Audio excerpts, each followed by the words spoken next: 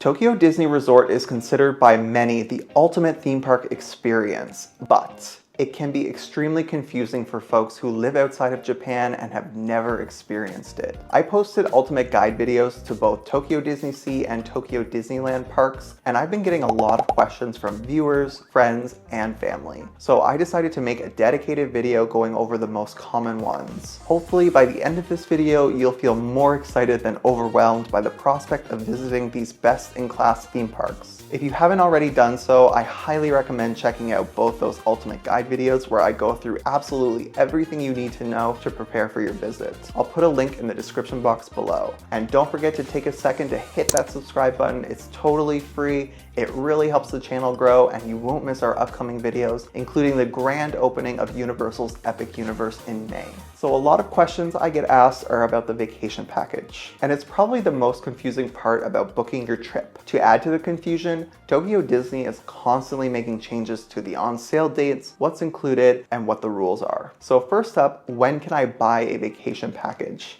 This is a tricky one to answer because when we were there, the rule was 5 months before your trip, regardless of the date. Now it looks like they are releasing dates 6+ months in advance on a certain day each month. So you'll need to keep checking the news website, which I've linked in the description box below for convenience. Bookmark this page and set a weekly reminder for yourself to check it. For example, on January 9th, they announced that on January 16th, vacation packages for June 1st to the 30th would go on sale. Nobody is sure if this date will remain the same each month, so keep checking for regular updates. It's super important. I would recommend doing practice runs of booking random dates so that you know what you're doing when your time comes. It's very competitive and there are tons of options to select when booking. Where can I buy a vacation package? The only place you can purchase a vacation package is directly through the Tokyo Disney website. Keep in mind that a lot of credit cards get blocked due to suspicious activity. If that happens, you may need to call your bank to get it lifted. If you receive a confirmation email despite your credit card being blocked, you should be good to go. This happened to me while booking the Toy Story hotel, but I still received a confirmation email and had no problems at check-in. I'll put a direct link to where to book a vacation package in the description box below to make it even easier for you.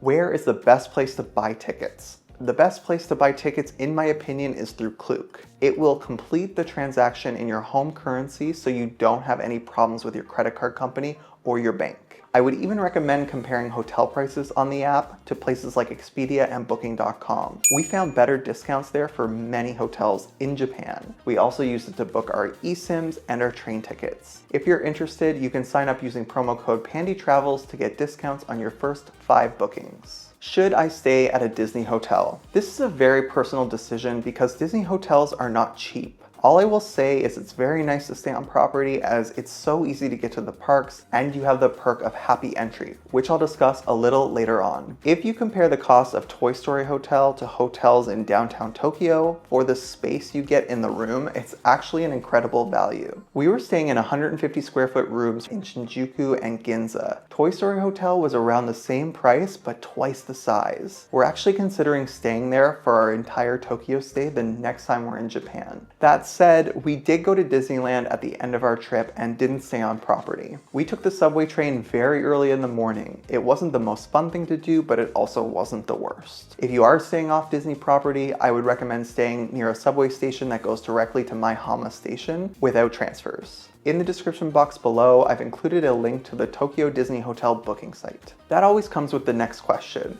When can I book a Disney hotel? Again, Tokyo Disney Resort is notorious for changing things, so please make sure you're keeping up with the news. With that said, for the past couple of years, it has remained the same. Hotel rooms open up exactly 4 months before your check-in date. So if you're planning on going from October 1st to the 4th, 2025, the first day you're eligible to book your hotel is June 1st, 2025. Make sure you set reminders for yourself. What and when is Happy Entry? Happy Entry is a perk for guests staying on property at a Tokyo Disney hotel. This is where you get into the parks 15 minutes before the day guests. And I know 15 minutes does not sound like a lot. It sounds like a letdown, but once you see the crowds at the gates, you'll understand how valuable those 15 minutes actually are. When you check into your hotel, they will ask you what parks you're visiting and when. And if you're eligible for Happy Entry, they'll give you physical tickets. This is very important. Tokyo Disney almost always opens early. Make sure you check the time on your physical tickets to plan when to be there. Which leads me to the next question. When should I arrive at the parks? This is a great question and nobody ever likes the answer. If you're staying on property and have happy entry, I recommend showing up 1 hour prior to your entry time. If you do not have happy entry, I recommend showing up at least 2 hours in advance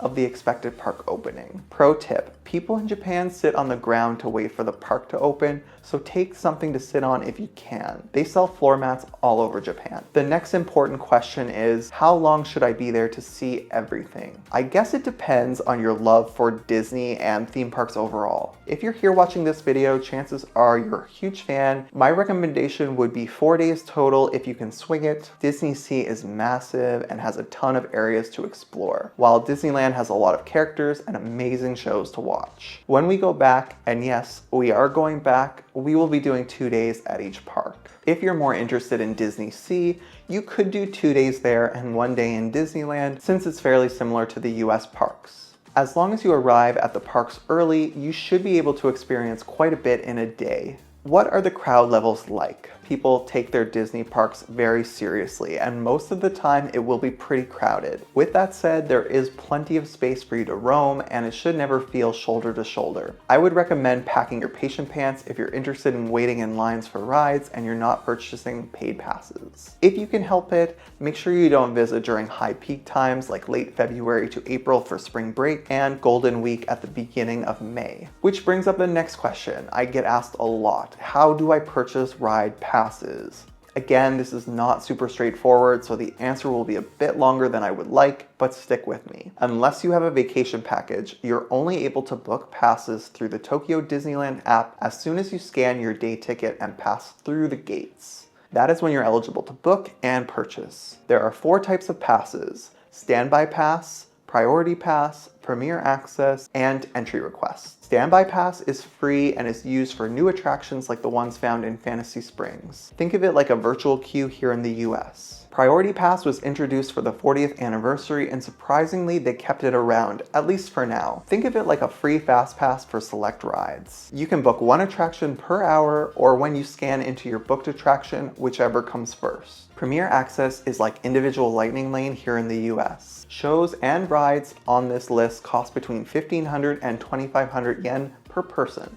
which equates to roughly $9.60 to $16 USD. The same rule of 1 attraction per hour applies here. Entry Request is a lottery-based system for shows. You pick a time of day you'd like to watch the show and hope for the best. We have no idea how it picks people, but we were rejected many times. Once you are rejected, you cannot try again, even for different time slots. I recommend booking your free attractions first, followed by Premier Access, and then Entry Request. For whatever reason, you're not able to enter your credit card information in the app ahead of time, which means you'll need to do this when you enter the park. Be prepared with your credit card info. What is the food like? Food in the Tokyo parks is, let's say, different. There's also very long lines for the food, seriously, up to 90 minutes for some. In the app, it will actually give you an estimated line time, yes, even for snacks and popcorn. I would highly recommend looking for places that have mobile order.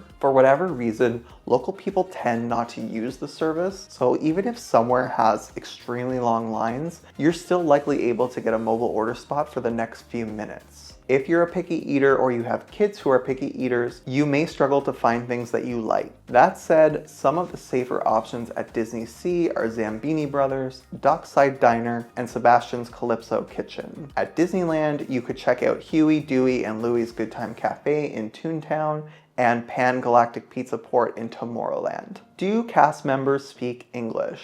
In all of Japan, English is very limited, and that includes the Disney parks. Cast members will of course do their best to communicate with you, but be prepared to use Google Translate. There was a night at DisneySea where we had Premier Access Pass for the Mediterranean Harbor Show, and a rainstorm happened. And they weren't canceling it, so we went to guest relations to get a refund. The guest relations person we dealt with did not understand any English whatsoever. She actually had to use her phone and Google Translate. And finally, this is not a question, but more of a comment I keep getting. Your video stressed me out. I don't think I'll go. Look, I know there is a lot of planning that goes into a trip to Tokyo Disney. It's confusing and it can be overwhelming, but that is why I make these videos. It's a passion of mine to help people have better vacations and to not repeat the same mistakes we make. Now that you've watched my videos and hopefully others on YouTube, you are fully prepared and will have a fantastic time. These are some of the world's best theme parks, and I don't want my videos to persuade you not to go. Just do your research, arrive early, and enjoy the moment. You will not regret it. Are there any questions I missed that you want answered?